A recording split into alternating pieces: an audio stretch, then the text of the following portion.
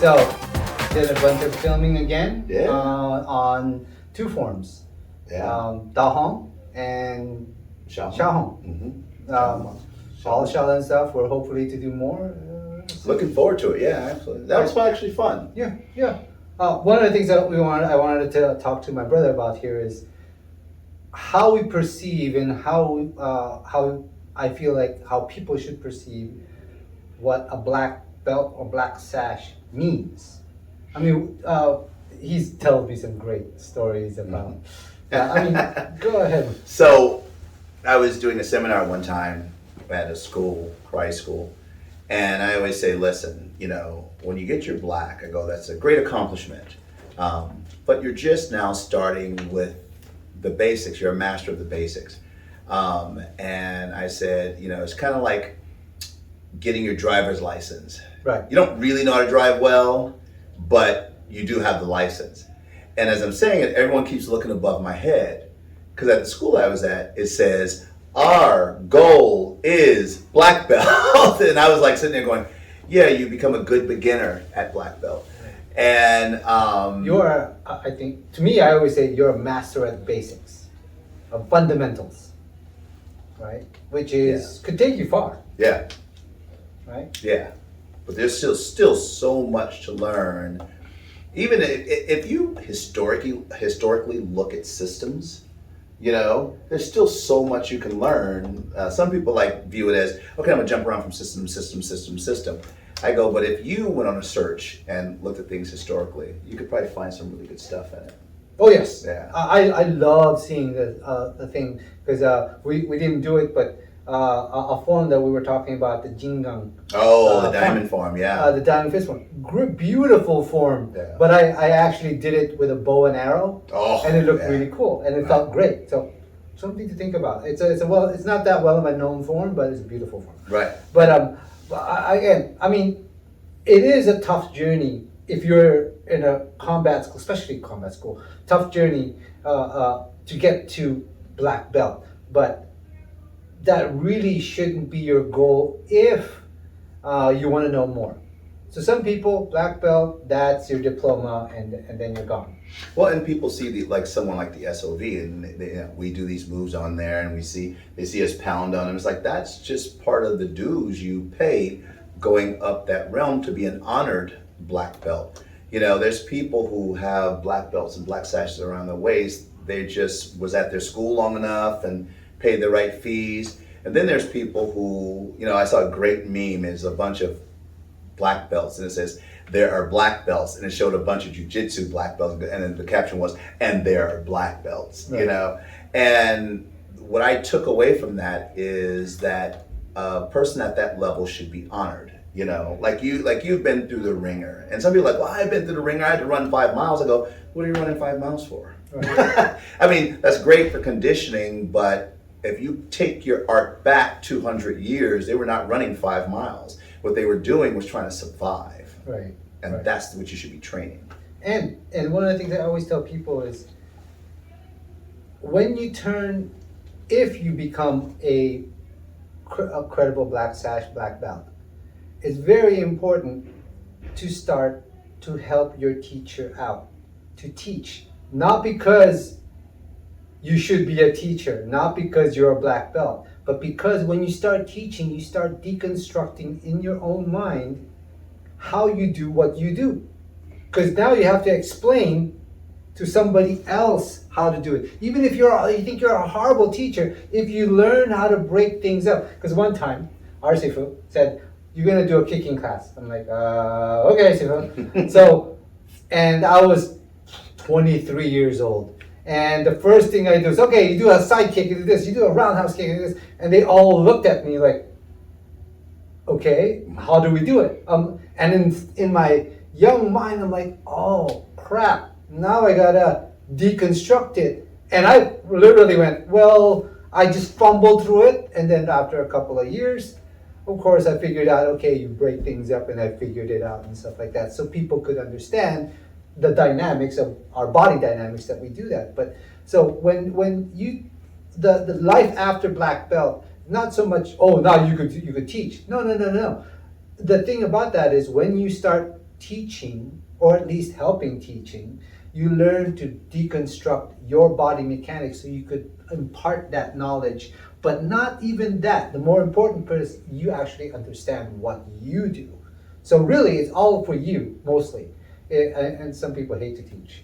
Yeah, and that experience is priceless. You can't put a value on that type of experience, especially if you have a really good teacher. I remember when I first opened my school, I was at Valley Martial Arts. I love Valley Martial Arts. And there was a old Chinese lady comes out the back, right? I've been talking to people there. They've been helping me. They were always really cool there.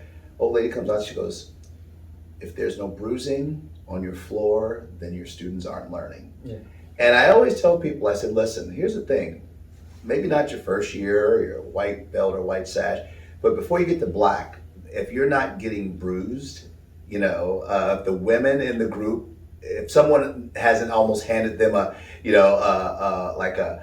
battered women card, here's a women's shelter if you need, because they think their husbands are beating them, or that they haven't had to constantly explain, I train, so therefore these are the reason why I get these bruises. At the village, there's constant explanation outside of, I have a bruise on my wrist because we were practicing Kung Fu, this is what we were practicing, and most of my students go, let me show you, and people are like, no, I don't want a bruise on my arm, because regular people don't want to walk around with bruises, but sometimes martial arts walk around as badges, and then when you get to black, you just become a thing that you have. It's not, it doesn't even, right. It goes away. It should be part of the deal, because remember, martial arts is martial. Mm-hmm.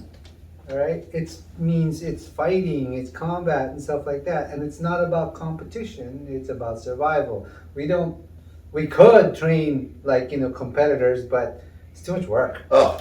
Boy. It's too much work, So we're on our years where we're like, eh. I had someone ask me, "Oh, do you guys train like the Kung Fu we see on TV?" And I go, "Oh God, no, that's way too much work." Exactly. I go, in a survival mentality, you want to be a minimalist. You want to do what you got to do and get the heck out of there. Right. And then, but aside from learning what to do after black belt, I know black belt is an accomplishment. Mm-hmm. It's an amazing accomplishment, mind you. Right? But after black belt, you could really start delving into and understanding your form. But usually a lot of high black belts, sometimes the first thing one of the things is the first thing that they say is, I don't feel like a black belt.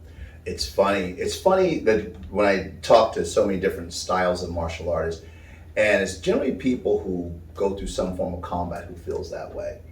I say good. Yeah, and I said, that's a matter of fact. I'll tell you a funny story. My first set of black sashes, Mm-hmm. my first set, would not wear their sashes in class. Mm-hmm. I'd actually scream at them and yell at them and say, "You've deserved it. You worked hard," but they wouldn't wear them because they just felt that they didn't deserve it. They felt oh my God, there's so much work I got to do, and I'm like, keep working at it then. Right. And most of them are still here.